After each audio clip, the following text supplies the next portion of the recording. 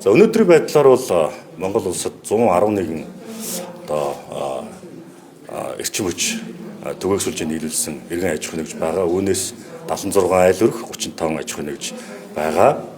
За өмнөх одоо журмын өөрчлөлтүүдийг та бүхэндээ танилцуулъя. За иргэн хуулийн этгээд гэж өмнөх журам заасан байсан бол энэ шинэ удаагийн журмаар бас сөөх за мөн одоо хотхны одоо зөвлөл маягийг бас оруулж иргэдийн хамтралыг бас оруулсан байгаа.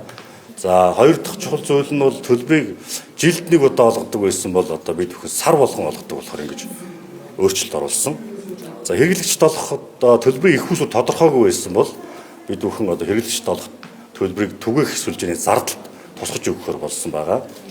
За мөн одоо хүчтлийн түвшин бол 0.4 кВт байсныг одоо бид бүхэн 10 кВт болгож нэмэгдүүлсэн. За манай яам зохицуулах хороо түгээх сүлжээ хэрэглэгчийн эрх үүргийг өмнөх журам зааж өгсөн байсан бол энэ удаа бид бүхэн тусгай зөвшөөрлөгийг гүйцэтгэгч компани эрх үүргийг маш тодорхой зааж өгсөн. Энэ яагаад гэвэл энэ өөрөө бас иргэн одоо аж ахуй нэгж байгууллагад хувийн амнаас эрүүл мэндэд холбоотой асуудал учраас энэ заалтыг бид шинээр оруулж өгсөн. За мөн угсрал суурилуулалтаа тусгай зөвшөөрлөлтөй компаниудын тоо одоо харьцангуй цөөн байсан бол энэ шинэ журмаар бид бүхэн бас 3-аас 4 дахин нэмэгдэх юм одоо зүйл заалтуудыг оруулж өгсөн.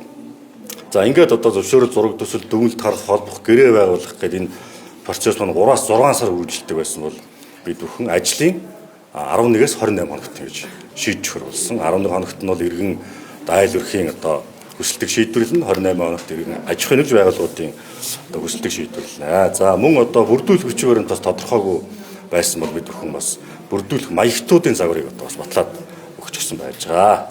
За ингээд бас мэдээлэл тодорхой бас байсан бид бүхэн яамныхаа вебсайт дамжуулж энэ тусгай зөвшөөрлөх компаниудын мэдээлэл энэ одоо журмын мэдээлэл бусад одоо бүх шаардлагатай мэдээллүүдийг ингэж ил тодорхойгоор ингэж болсон байгаа.